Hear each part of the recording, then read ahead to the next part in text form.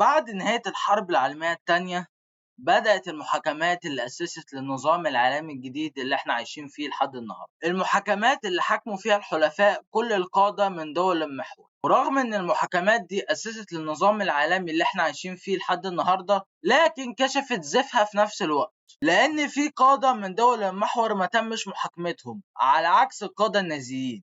بس قبل ما نبدأ لقيت تعمل لايك وشير لو فيديو عجبك، ولو أول مرة تشوفني أتشرف باشتراكك في القناة وتفعل الجرس عشان يوصلك شعار أول ما ننزل فيديو جديد. جهز قهوتك ويلا بينا.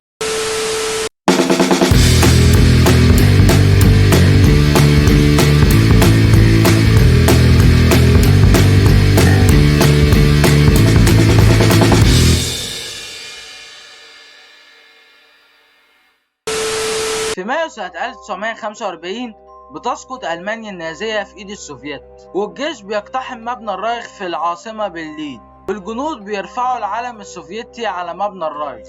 بعد الحرب أوروبا كانت في صدمة بسبب حجم الدمار والخراب اللي حصل أثناء الحرب، وكانوا الحلفاء بيسعوا إن هم يحاكموا القادة ال 24 الأشهر في ألمانيا النازية، بس للأسف الحلفاء فقدوا أهم قائد فيهم، ويا لشماتة الحلفاء لو كان وقع في إيديهم. كلامي طبعا عن الزعيم الألماني أدولف هتلر. بس في حاجة فاتت عليهم، وهي إن لو هنحاكم كل اللي ارتكبوا جرائم حرب يبقى هنحاكم كل الدول اللي كانت في الصراع ده، يعني كل الجنرالات وقادة الجيوش اللي ارتكبوا جرائم حرب.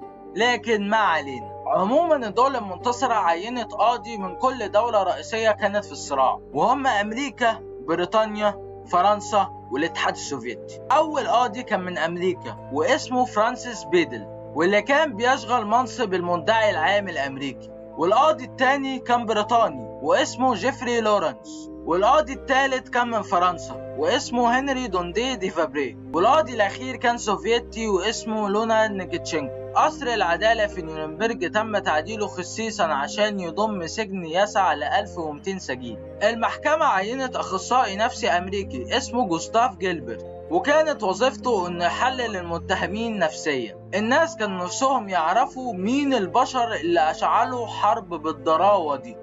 كان العالم يتمنى إن رجال هتلر يصبحوا حفنة من الأغبياء والمختلين عقليا، لأن لو طلعوا طبيعيين وأذكياء هيبقى وجودهم دليل على إن أي إنسان لو اتحط في ظروف مشابهة ممكن يشعل الحرب ويرتكب جرائم ضد السلام وضد الإنسانية وكل الحبشتكنات دي. لكن تقارير الأخصائي جوستاف جيلبرت فجرت المفاجأة الكبرى. التقارير أشارت إن كل المتهمين في محاكمات نورنبرج متزنين نفسيا وما بيعانوش من أي مشاكل نفسية من أي نوع، اللهم إلا رودولف هيس اللي أصلا معروف إنه مش متزن. من أول المحاكمة وهو بيستهبل وبيقول أنا فقدت الذاكرة، وبعد كده قال إنها رجعت له، وبعد كده ما قالش أي حاجة مفيدة. المفاجأة الأكبر كانت في اختبار الذكاء، وعشان نكون واضحين يا صديقي، أي حد يجيب في اختبار الذكاء أعلى من 116 فده يعتبر أذكى من المتوسط. إيه رأيك بقى إن كل القادة النازيين اللي مثلوا أمام المحكمة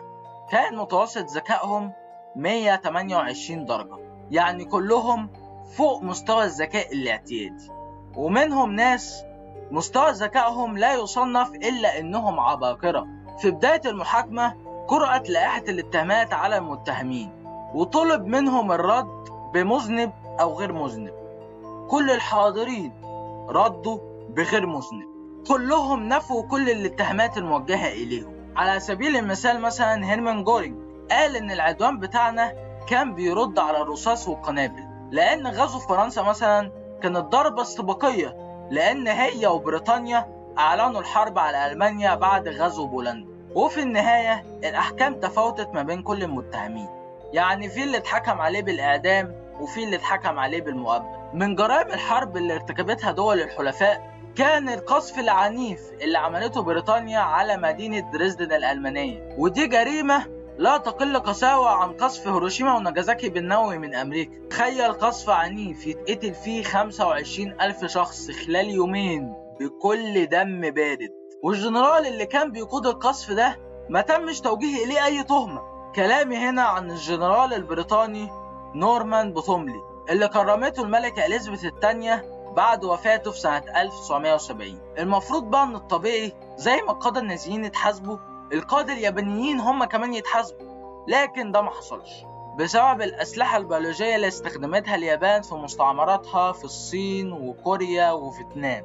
طبعا بعد الحرب اليابان كانت تحت الوصاية الأمريكية، وكانت عايزة تعرف سر الأسلحة البيولوجية دي اللي ما كانوش اليابانيين عايزين يجيبوا سيرتها خالص، لحسن يروحوا في سكة اللي يروح ما يرجعش ويخشوا السجن طول عمرهم. وبعد مناقشات كتير مع القادة اليابانيين قررت أمريكا إنها تتنازل علشان ما تخسرش النفوذ الأمريكي على اليابان، بدل ما أسرار الأسلحة دي توصل للسوفييت الأول. عشان كده أمريكا ادت حصانة كاملة للقادة والعلماء اليابانيين اللي كانوا خايفين يتكلموا. وبكده نقدر نكتشف الزيف اللي بنوه دول الحلفاء لأكتر من 70 سنة، وإحنا عايشين في وهم العدالة والقانون. وأكبر دليل بقى اللي بيحصل لإخواتنا في فلسطين على بعد كام ميل بس من جوع وإبادة وتجويع وظلم وقهر، ومش هيخلص إلا لما العالم يفوق من السكون اللي هو فيه. الحمد لله يا جماعة، أخيرا خلصنا تصوير الفيديو. نص ساعة وأنا بصور. أنا نزلت لكم الأسبوع اللي فات فيديو بتاع إليزابيث هولمز اللي أجلناه مرتين قبل كده عشان مواضيع الطريقة اللي جدت في السياسة وكده، وحكينا لكم حاجات في التاريخ وحكينا لكم حاجات في السياسة. عايز أعرف تكتبوا لي تحت في الكومنتات إيه المواضيع اللي أنتوا حابين أتكلم عنها يعني الفترة الجاية، تاريخية أو حاجات مثلا تحليل أفلام، فيلم أنتوا بتحبوه حابين إن أنا أعرض لكم وجهة نظري فيه، يا ريت تكتبوا لي تحت في الكومنتات. وعايزكم يا جماعة تقولوا لي إيه رأيكم في تصوير الفيديو ده، عشان الفيديو ده متصور بكاميرا مختلفة عن الكاميرا اللي أنا كنت بصور بيها على طول. لا، دي كاميرا مختلفة، كاميرا من نوع 1080 اللي هي بتصور 1080. فحابب ان انا اعرف رايكم في التصوير ده او في الكاميرا دي، هل بتصور جوده كويسه ولا لا، عشان نشوف هنستمر عليها ولا لا. دي كاميرا، ولكن اللي كنا مصورين قبل كده كان متصور على الموبايل، فانا مصور بكاميرا مختلفه. يا ريت تقولوا لي رايكم في الجوده تحت في الكومنتات. كده وصلنا لنهاية الفيديو، ما تنساش اللايك والشير والسبسكرايب وتفعل الجرس عشان يوصلك شعار اول ما ننزل فيديو جديد. يا ريت لو عندكم رأي على محاكمات نيورنبرج يا ريت تكتبوها تحت في التعليقات، ولو عندكم اي موضوع تاني حابين ان انا اتكلم عنه يا ريت برضه تكتبوه تحت في التعليقات. كان معاكم مصادر، اشوفكم في حلقة جديدة وفيديو جديد. مع السلامة.